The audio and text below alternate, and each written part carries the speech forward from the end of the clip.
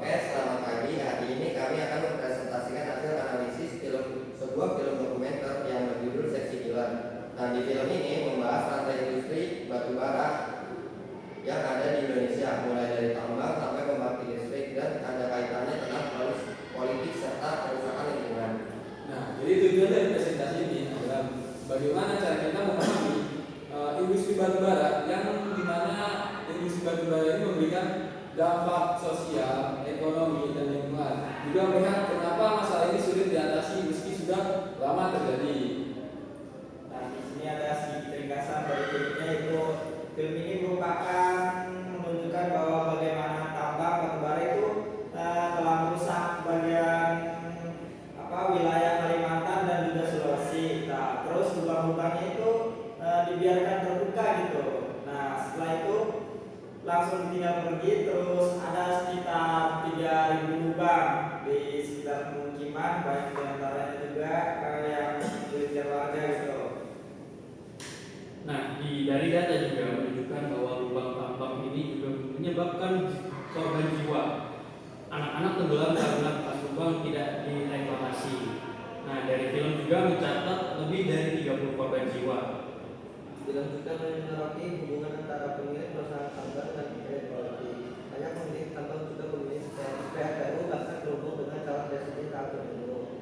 Nah, di sini juga terdapat dampak sosial yang dimana warga sekitar tambang kehilangan tanah dan sumber air bersih, dan juga banyak sungai yang tercemar limbah tambang, serta juga nelayan juga terdampak karena pembangunan PLTU yang terdapat di pesisirnya.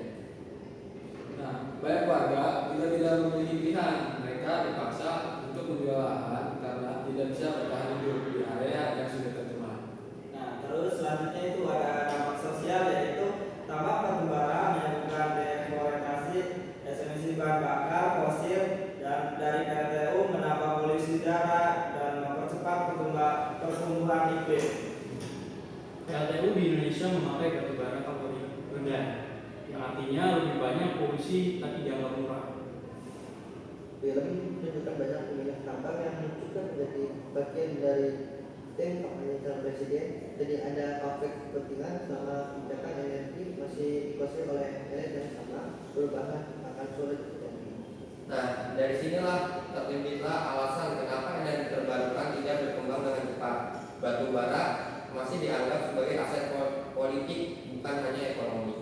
Dengan adanya dokumenter ini bukan sekedar kritik, tetapi peringatan bahwa sumber energi yang kita pakai punya konsekuensi besar pada orang lain.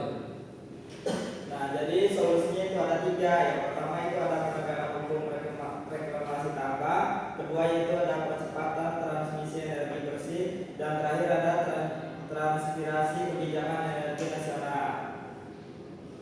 Nah, masyarakat juga harus sadar bahwa listrik murah ada biaya sosial dan ekologinya. Kita punya peran sebagai warga. Bertanya ketika, apakah kita mau terus memakai energi dari batu bara meski mengubah konsekuensinya atau benar perubahan kebijakan? Nah, demikian hasil presentasi